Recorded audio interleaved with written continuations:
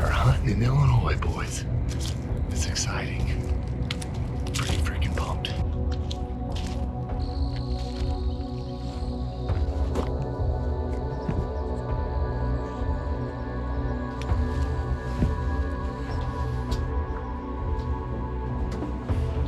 We didn't spook anything, but this blind is really nasty. I think there's mold everywhere. Oh man, this is not good. Well, I gotta get these windows cleaned, and let's hope this doesn't cause any long-term health effects. The wind's okay tonight, it's not great. You know, I have no affiliation with this company at all, other than just a big fan. They're a small company. Scent Armor. This cover spray's awesome. Their deodorant's awesome, but their best product by far is their lotion. And it smells like cedars. I mean, it's really, really good. And I've gotten away with murder with this brand. So, all right, guys, we got to get set up. We got a lot to do when we're self-filming to get all this ready. So, hopefully I don't die of freaking mold either.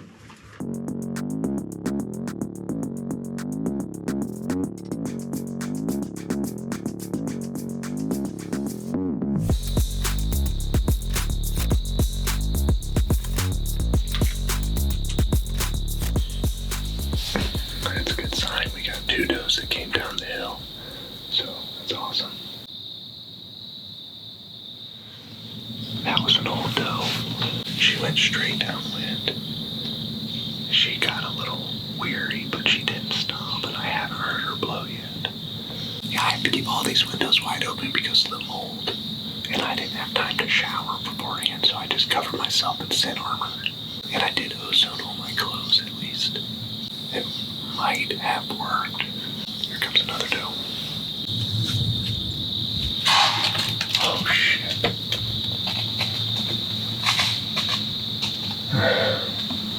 That sucks. Well, it's the next morning here in Illinois, and we are still after the thin 10. Neighbor sent me a picture of him, like over a mile away last night. You know, this buck easily could be the buck you kill over scrapes right before the rut. During the rut, I mean, it's impossible, but I like our setup here. I mean, historically speaking, this food plot has been awesome, even in early October. And he did hit this yesterday morning in daylight. And I've got this place loaded with 3 different scrapes, and he is smashing scrapes right now. If you guys are watching this, put it in your calendar after October 10th, but it's early this year. Move all of your cameras or put more cameras on scrapes. I cannot emphasize that enough to you. Scrapes, scrapes, scrapes.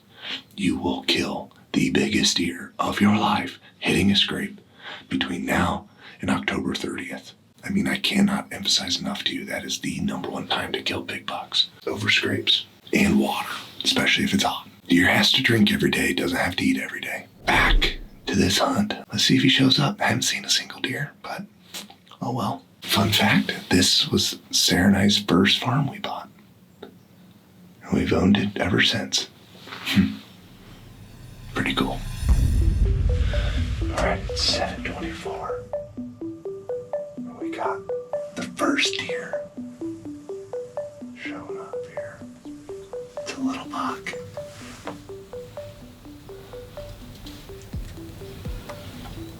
The window's blurry as heck, so you're just gonna have to deal with the crappy footage that looks like I'm filming on a potato. That's so cool. I put that in 2 days ago. And he's just freaking working it. At least checking it out. Working it would be a long shot here, but oh man, I don't know the last time I actually hunted before October 20th in the morning like this. I am literally against morning hunting so much because it's too risky, because the deer are on their feed patterns this time of year. And if you can't get to the bedding area without spooking them, I mean, they're just going to and from beds, they're not really roaming a whole lot. We're gonna turn the cameras off and see if old big boy shows up. Well, it's a little after 8 and I can see some more deer coming down the hill. Again, you're gonna have to excuse me filming with a potato because I'm filming through this window. Oh, there's another deer. That's so cool. He never know, the thin 10 just might be around. It's just so exciting. I mean, he's just a giant. I mean, really, a giant. You know, I haven't done a real proper interview on the buck rafter. And I'm telling you, the thin 10 is something really special. This buck, we let go last year as a clean 10. This year, he blew into a mega giant 9 with a kicker, so technically I think he's still a 10. But there's nothing thin about him now. I mean, that deer's got good mass, unbelievable tine length, but a frame that is just a jaw-dropping frame. It's pretty rare to get a buck with that kind of frame. That's like just so impressive. Oh, check this out.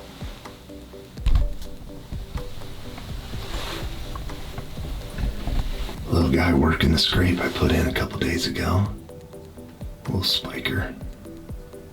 That's pretty cool. But mama, look at this. Kept catching her looking behind us. Makes me think like she sees a deer. So hopefully the thin 10 is somewhere around. Well, you guys know I appreciate y'all tuning into the episode. I'm excited to bring you along on this journey, chasing the old thin 10 here in Illinois. Let's hope we can connect. Well, it's October 13th, and we are back in Illinois chasing the thin 10. And got the old bow, got the old BEAST Broadheads. We're hoping to score on Sunday the 13th. Now, last year, on Friday the 13th, that's when I tagged out on Bruiser. Let's roll some of that footage. Let's just hope we get an opportunity at the buck that doesn't walk in the daylight. These does keep looking back into the timber to our left. They're seeing something or they're hearing something. It's exciting. Dude, it's freaking him. Okay. No problem. Because I can't believe he's here. This doe is gonna get downwind. So I can't open this up. What a giant. All right, here we go.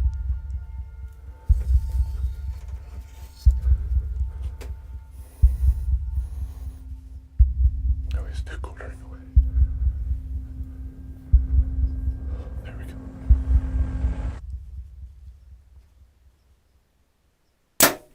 Oh, I smoked it. I just smoked a freaking giant brown buck, baby. We freaking so much effort went into this. That deer is never daylighted this year, ever. We got him, buddy! Oh my gosh, what a giant. Oh, he's stiff. What a giant. Look at that beast. So as you guys can see, this is a great day. So could you imagine if today I tagged out on the thin 10? I mean, how cool would that be? We're back in the mold blind. My plan is to basically use every scent control that I possibly can the same way that I always do, but run the ozone machine in here as well. I can't keep everything closed up for very long before I start dying, literally choking. Between that and the mold, I probably am taking years off my life here. So we gotta get to work. There's a lot to setting up and capturing and making a really amazing episode. I mean, it's a lot of work and most people just don't realize what goes into it. I mean, it's a lot. I'm a little embarrassed to say that I went to turn on the camera and there's no batteries in it. I brought all this gear for nothing. So I'm just gonna film the hunt with my iPhone. This will be interesting. I'm glad I figured that out. Freaking could you imagine if that happened when the big buck came in?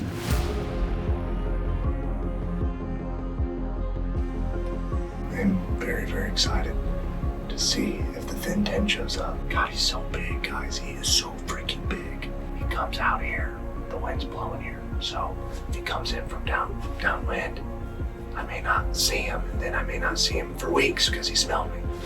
I'm so freaking bummed. Okay, so I need to explain to you guys why I haven't made this move to come here with this wind. Because I'm in a bottom. There's ridges all around me. As it's getting dark, the thermals will start kind of sucking down, which I think will pull my wind further west, which will blow this way, which it comes this way. And so if that's the case, then I should be in good shape. Hopefully deer start moving, get some action, and we film this entire hunt with this upload. Here we go. Let's settle in for the evening hunt and see what comes in. Oh my God, he's here.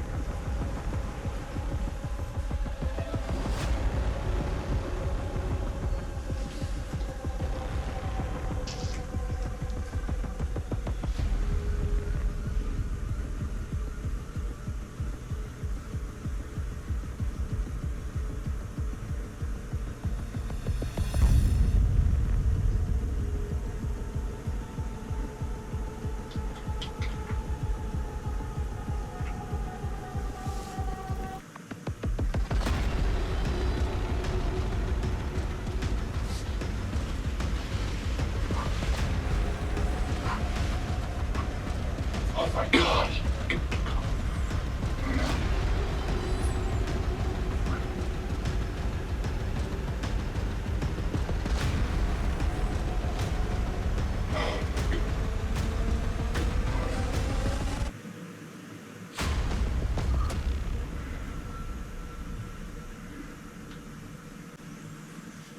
Oh, that's all she wrote, boys.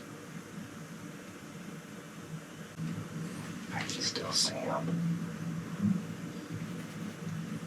He's not super spooked. I think he just didn't like this window open. I kind of was caught off guard. I just think he caught me moving, to be honest. But he didn't smell me. So that's critical. He's in there hitting the screen at like 43 yards.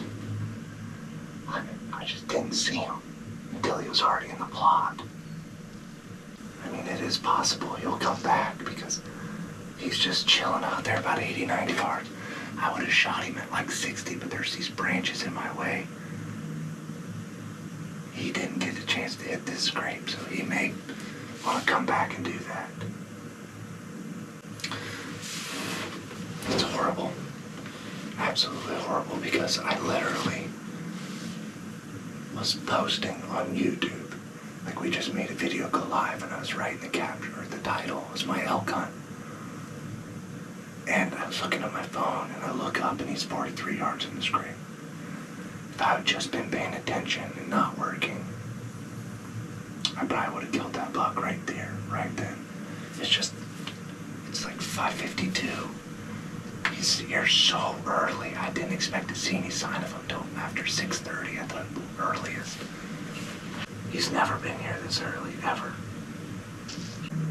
I can't believe that. I had my opportunity and I blew it. So I just rewatched the footage. And he was looking past me. He wasn't looking at the blind. Now the neighbor hunts like right there. If he's hunting where his blind is, that scent would have blown right this way. I just have no idea if the neighbor's hunting or not, but you could see he was clearly looking out the other way. Looked at the blind a little, but definitely was fixated on something back there, which could have been that neighbor's scent just right up in here. I also didn't realize this, but that deer is sick. You can see I heard him coughing, and then his mouth is constantly open all the time. So I hope he doesn't have EHD or something crazy. He's gonna die. Oh my God, it's gonna be freaking heartbreaking. Well, we're back in Illinois after the thin 10. So, long hike in today. Wind's blowing out of the south, which is good. We're just hoping to get another chance in the same food plot where I screwed up. So, look, hopefully he'll come out tonight. Cold weather, super high barometric pressure. I mean, we've got a chance. So, it's a lot of driving back and forth from Iowa. But, man, it's what you got to do when you're chasing real big deer. So, I'm going to be quiet and get into the blind and settle in for tonight's hunt.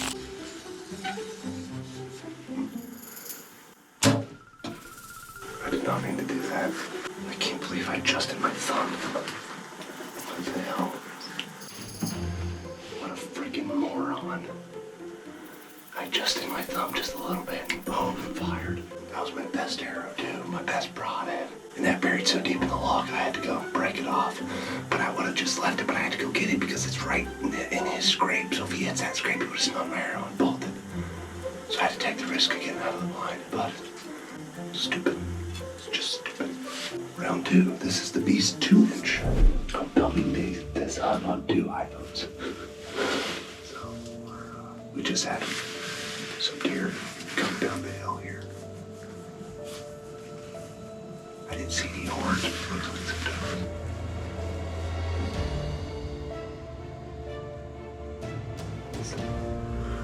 It is a party in here now, boys. Holy crap. This place just filled up with deer. I need to be in position to be ready if the big one shows. This is a lot of deer. They're all looking past me. We're running out of light quick. We had all that action with those does and then nothing, no bucks. I still think this is right next to his bedding area because I've got pictures of him 2 different times in the morning here.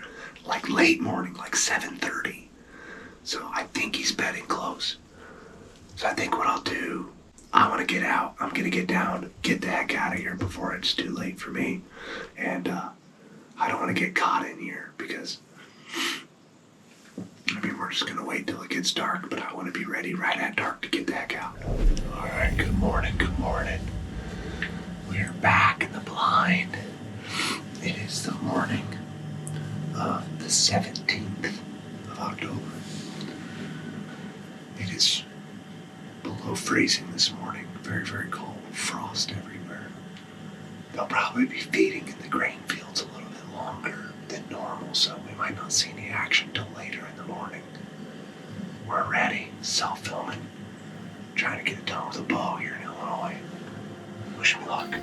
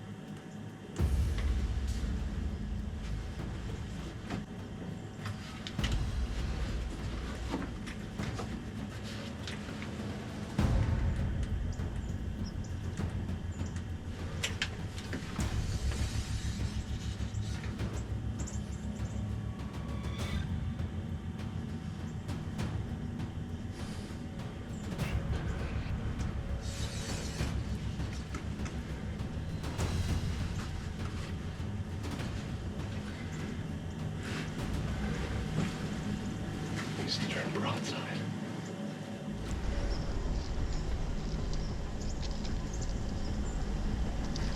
Turn broadside, buddy. Come on. Come on.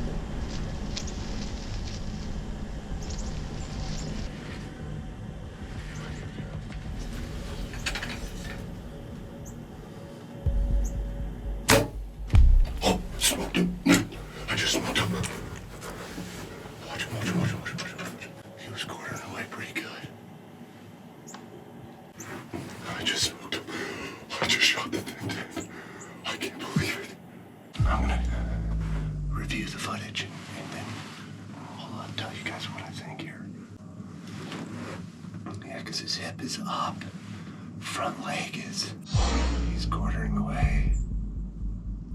Oh. Right at the last second, he literally turns his hips. Because he was quartering away. I was aiming for that offside shoulder, and as the arrow is literally in flight, he freaking turns. Oh gosh, this is freaking disappointing. I hit him a tick low because I held low because I thought he might duck. Which most deer duck and go away from the shot. I just just knew he was in that moment. He was going to be walking any second and then leave. So it is what it is. I did my best. It wasn't good enough. And I gotta own that. Yeah, guys, check this out. It was a cold, crisp morning, but he was quartering away really hard. And right when I shot, he turned broadside, so I thought I actually hit him really far back, like in the guts. But based on this, it looks like a liver hit. And then it's buried into a log afterwards. And it's the first time I've ever had the blade break there, so it's kind of funny. But yeah, it was because it went into a tree. But I was able to get it out. It's pretty freaking awesome. Haven't went and looked for him yet because the shot looked really bad because he turned on me literally as I shot. But it's not what you hit, it's what you cut that matters. And we're in good shape here.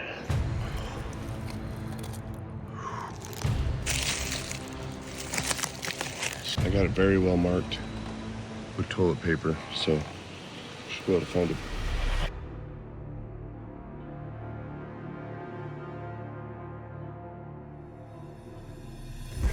Okay, guys, I got Tracker John. He came out to help us. He's got Jenna with us, and we gave the deer plenty of time. Yeah, she's already got blood right here. Oh, nice. See? Oh, yeah, that's right at the impact. That's too bad. All right. Well, we're gonna get started. Yeah. Oh, we gave him plenty of time, so let's roll. She is just right on the trail. Jenna, it's freaking awesome. Guys, I only tracked him from here 40 more yards, and I pulled out because I just wanted to be safe. We probably didn't go very far, so we're open. You saw splatter? I think so, yeah. Yeah. Oh, yeah. I didn't even notice that. That's good. Yeah, you're right. There you go.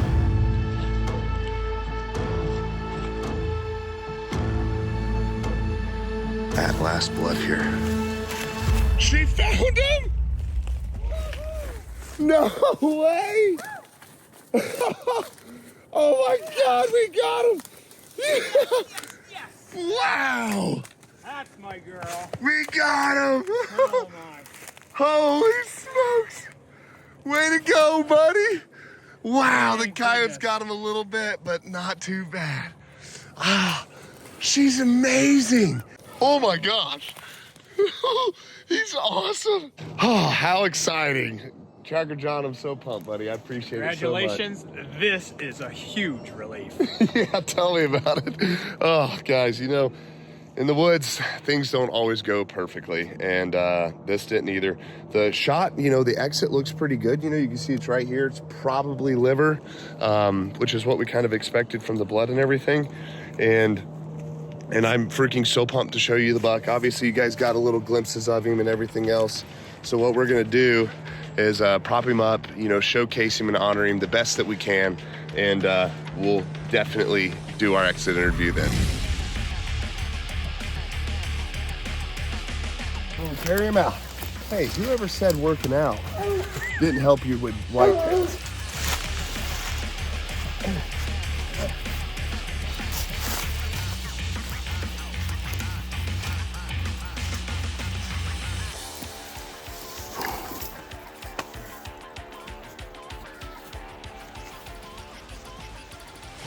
Well, guys, it feels good to get the thin 10.